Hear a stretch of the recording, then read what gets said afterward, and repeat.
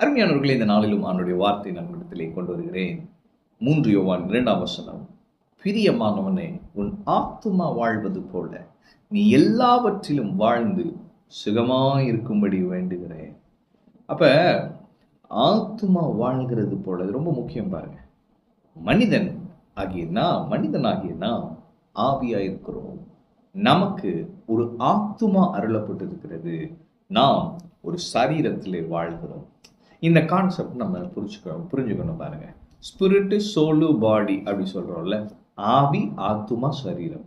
அப்ப ஒருவன் மரித்து விட்டால் அவர் இறந்தோன்னு என்ன சொல்லிடுறோம்? பாடி எப்போ தூக்குறோம்?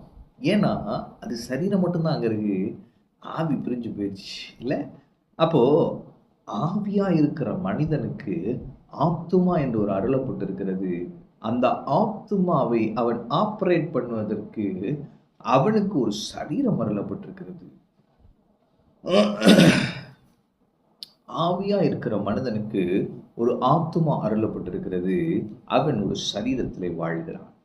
அப்ப இந்த பூமியில நம்ம வாழ்ற வாழ்க்கை அப்படிப்பட்ட வாழ்க்கை. அப்ப இந்த வாழ்க்கையை நல்லா வாழ்வதற்கு, இந்த வாழ்க்கையை தேவன் நிர்ணயித்தபடி வாழ்வதற்கு என்ன முக்கியமா இருக்குன்னா, ஆத்துமா வாழ்வது. சோல் ப்ராஸ்பர் ஆனா லைஃப் ப்ராஸ்பர் ஆகும் பாருங்க. இயேசுவை ஏற்றுக்கொண்ட அந்த நாளிலே நம் ஆவிக்குரியபடி புது சிருஷ்டிகளாய் மாறிவிட்டோம் இல்லைங்களா? இப்ப அந்த புதிய சிருஷ்டி வாழ்க்கையை வாழ்வதற்கு இந்த ஆத்துமா ப்ராஸ்பர் ஆகணும். இந்த ஆத்துமா வாழ வேண்டும். அப்ப இந்த ஆத்துமா என்ன செய்யணும்னா, கர்த்தருடைய வசனத்திலே வளர வேண்டும். அப்ப பைபிள் படிக்கிறப்ப, ஆவியானுடைய ஒத்தாசையோடு படிக்கிறப்ப புது புது வெளிப்பாடுகள் கிடைக்குதுல்ல.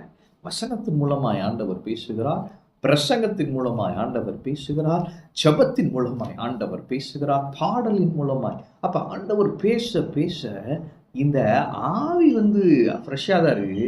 ஆனா இந்த ஆத்துமா வாழ்வடைகிறது. இந்த ஆத்துமாவுக்கு அப்படியே புத்துணர்ச்சி பெறுகிறது. அப்ப இங்க என்ன நடக்குது? அந்த புத்துணர்ச்சி பெற்ற ஆத்துமா இந்த சரீரத்தையும் இந்த வாழ்கிற வாழ்க்கையும் தேவன் நிர்ணயித்தபடி கொண்டு போக வழி செய்கிறது. அப்ப இந்த சரீரத்துல வியாதி இருக்குன்னா, ஆவிக்குரிய மனிதனுக்கு நல்லா தெரியும், அங்க வியாதி இல்லை, புது சிருஷ்டியில வியாதி கிடையாது.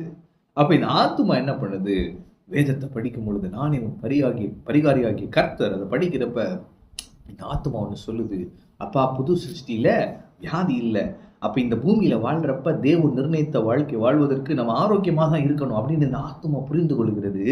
இது எங்க சிக்னல் அனுப்புதுன்னா, சரீரத்துக்கு சிக்னல் அனுப்புது. அப்ப அந்த சரீரம் எப்படி ரெஸ்பாண்ட் பண்ணுதுன்னா, அப்ப நம்ம வியாதியோடு இருக்கக்கூடாதா அப்படின்னு இந்த சரீரம் பாசிட்டிவா ரெஸ்பாண்ட் பண்ணும் பொழுது என்ன நடக்குது? சுகம் வெளிப்படுகிறது. இது மாதிரிதான் வாழ்க்கையின் எல்லா ரீதியிலும் நம்ம ஆப்ரேட் ஆகிறோம். எல்லா ரீதியிலும் அப்படிதான் நம்ம செயல்படுகிறோம். அப்படித்தான் கர்த்தர் நியமித்திருக்கிறார். அப்போ உங்க வாழ்க்கையில் என்ன பிரச்சனை இருந்தாலும் என்று நான் சொல்லுகிறேன், உங்கள் ஆத்துமா வாழ வேண்டும். உங்கள் ஆத்துமா வாழ்கிறது போல நீங்கள் எல்லாவற்றிலும் வாழ்ந்து சுகமாயிருக்கும்படி நான் வேண்டுகிறேன். அப்ப ஆண்டவர் எதை ஃபோக்கஸ் பண்றாரு? உங்க ஆத்தும செழிப்பை. அப்ப நீங்க என்ன ஃபோக்கஸ் பண்றீங்க? உங்க ஆத்தும செழிப்பை. அப்ப நல்ல பிரசங்கங்களை, விசுவாசத்தை தூண்டும் பிரசங்கங்களை கேளுங்கள். தேவ வார்த்தையை படித்துக்கொண்டே இருங்கள். ஆவியானவருடைய ஒத்தாசையோடு தேவ வார்த்தை படித்து படித்து அதில் இருக்கிற வெளிப்பாடுகளை பெற்றுக்கொண்டே இருங்கள். உங்கள் ஆத்துமா வாழட்டும். உங்கள் ஆத்துமா வாழ்கிறது போல நீங்கள் வாழ்க்கையின் எல்லா ரீதியிலும் வாழ்ந்து சுகமாயிருக்கும்படியாய் நான் வேண்டிக் கொள்கிறேன். நீங்கள் சுகமாய் இருப்பீர்கள், ஆரோக்கியமாய் இருப்பீர்கள், செழிப்பாய் இருப்பீர்கள், ஆசீர்வாதமாய் இருப்பீர்கள், அநேகருக்கு ஆசீர்வாதமாய் இருப்பீர்கள், பெரிய சாட்சியாய் இருப்பீர்கள். ஆமென். கர்த்தர் உங்களோடு இருக்கிறார். கர்த்தர் உங்களை ஆசீர்வதிப்பார்.